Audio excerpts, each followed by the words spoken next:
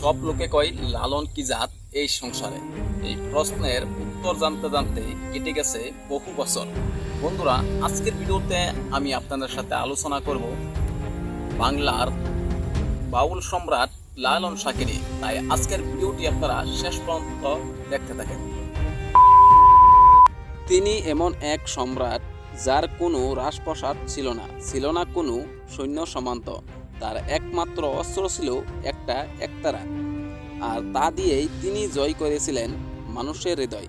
তিনি আর কেউ নন, তিনি আমাদের বাউল সম্রাট লালন শাহ।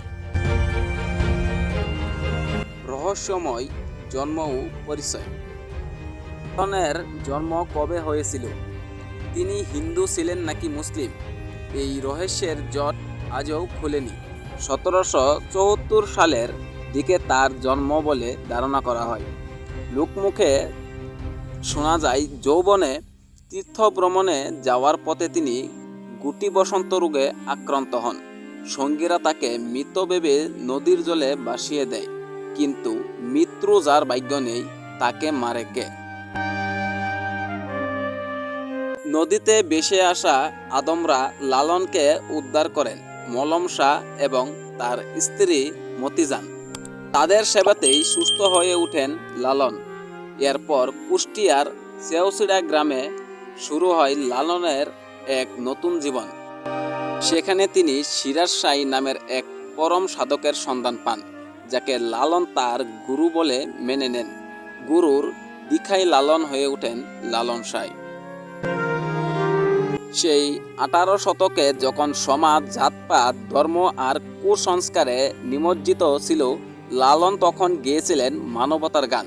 তিনি কোনো প্রাতিষ্ঠানিক শিক্ষায় শিক্ষিত ছিলেন না, কিন্তু তার দর্শন ছিল পৃথিবীর যে কোনো বিশ্ববিদ্যালয়ের চেয়ে গভীর। জাতের নামে বজ্জাতি, সব জাত জালিয়াত, খেলছো জুয়া। লালন বিশ্বাস করতেন মানুষের সবচেয়ে বড় পরিচয় সে মানুষ। ধর্ম বা জাত মানুষের তৈরি, ঈশ্বরের নয়। আর এই মর্মী সাধকের মৃত্যু হয় 1890 সালের 17 অক্টোবর। প্রায় 116 বছর বয়সে এই মহাপুরুষ শেষ নিঃশ্বাস ত্যাগ করেন। তিনি চলে গেছেন ঠিকই, কিন্তু রেখে গেছেন তার সুর, যা আজও আমাদের মনের ভেতরের অহংকার আর হিংসাকে ধুয়ে মুছে সাফ করে দেয়।